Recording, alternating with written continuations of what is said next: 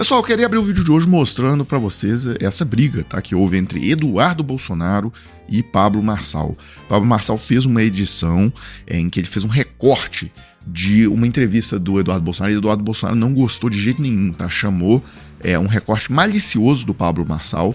Vou colocar aqui para vocês o vídeo do Pablo Marçal, depois eu comento. O Marçal, pessoas enxergam nele aquele cara que ajudou o Rio Grande do Sul. Tem que ser dado o devido mérito. Correu atrás, fez vaquinha, pressionou autoridades. E ele tenta, sim, se viabilizar para ser um candidato para receber esse chamado, vamos assim dizer, vai. E a Prefeitura de São Paulo é dos cargos mais importantes do país. A cidade de São Paulo, ela produz mais do que todo o estado de qualquer outro estado. É o terceiro maior PIB do país. O Pablo Marçal, ele enxergou ali que existe um vácuo na direita. O Nunes não conseguiu abraçar essas bandeiras. Ficou muita história de vai para lá, vem para cá, com relação à nomeação do vice ou do próprio apoio do Bolsonaro. E o Pablo Marçal, ele conseguiu de maneira inteligente enxergar que existe uma lacuna nesse meio, sendo o cara que vai preencher, né, essas questões da direita, se colocando também como alternativa ao Melo Araújo na parte da segurança, a redução de tributos e impostos na parte econômica, que foi uma bandeira levantada pelo Bolsonaro e pelo Paulo Guedes.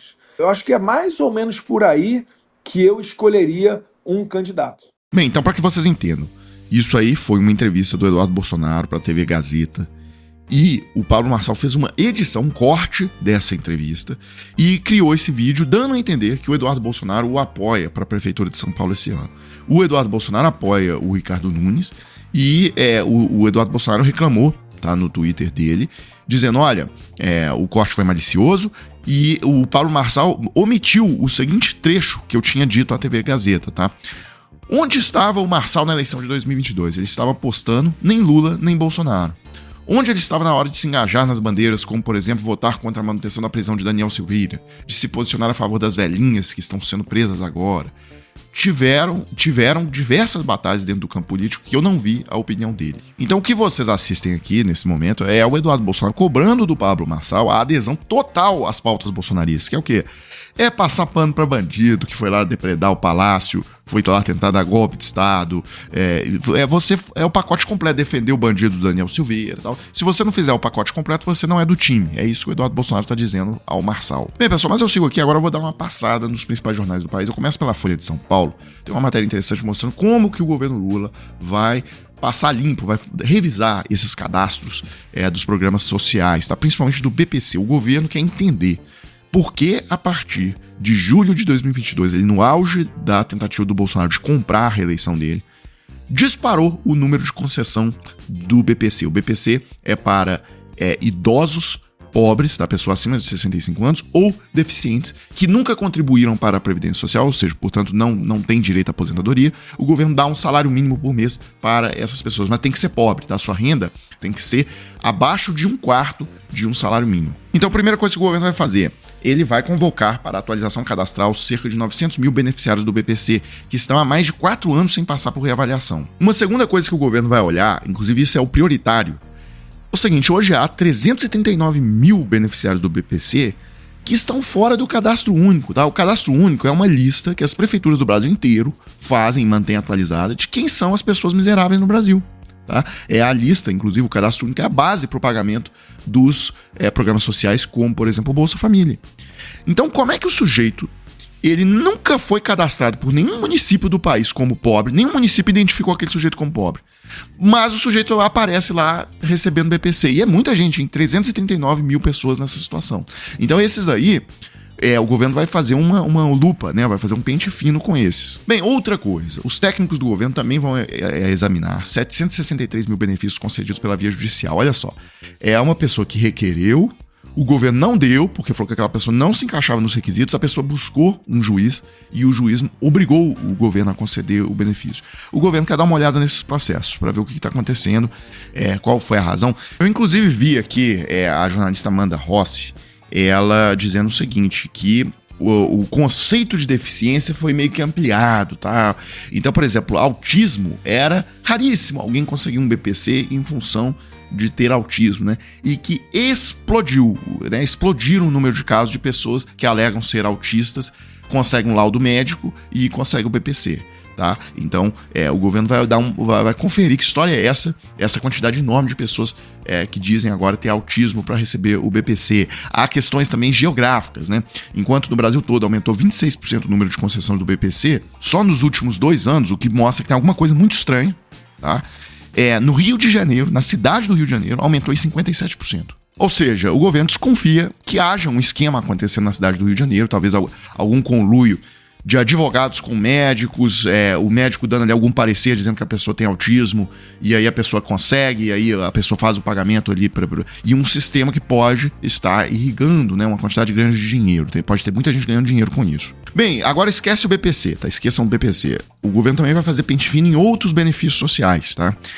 Um deles é a aposentadoria por invalidez e o outro é o auxílio-doença, tá? Então o governo vai chamar as pessoas que recebem auxílio-doença há mais de um ano para ver o que está acontecendo, por que a pessoa ainda continua recebendo, se ainda precisa de receber.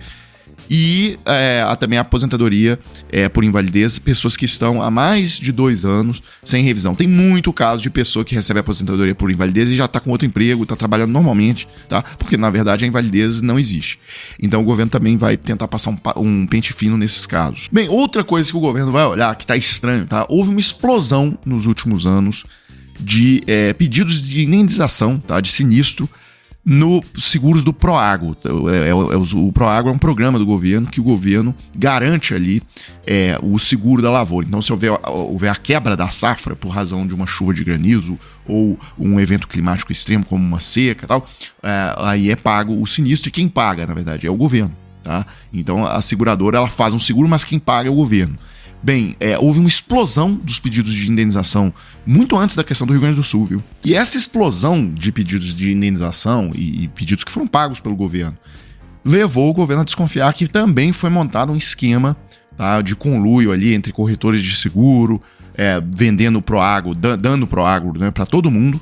E, na verdade, pode ter sinistro que nem aconteceu e o governo está tendo que pagar a indenização, ou áreas que já se sabe que vai ter a seca, é muito provável que vai ter a seca, e eles fazem o seguro da mesma forma, para ter a indenização propositalmente. Então o governo vai passar um pente fino nisso, quando está colocando regras mais rígidas para a concessão desse seguro. E só para fechar, uma última coisa, pessoal, eleição na Venezuela está se aproximando, tá? A data da votação vai ser no final de julho, agora, se não me engano, dia 28 de julho.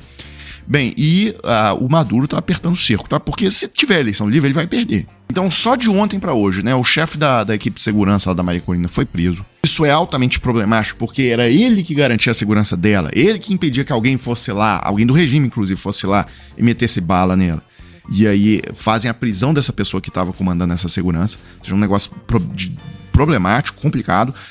Tem um editorial no Globo hoje mostrando como que o Maduro ele tá, na prática, impedindo que os venezuelanos no exterior, são 5 milhões de pessoas, votem.